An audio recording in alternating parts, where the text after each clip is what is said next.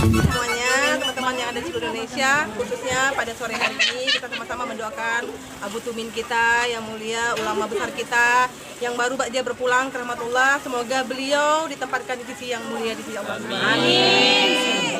Barusan kita berdoa dan bentar lagi mungkin besok Pak Ustadz semua dan teman-teman akan berkunjung ke rumah Abu.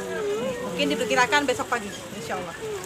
Kesan dan kesan itu sangat banyak. Semua kami di sini, semua mencintai ulama kami dan kami terus berdoa semoga kami nanti pulang dengan husnul khatimah. Bersama ulama kami di surga nanti. Amin.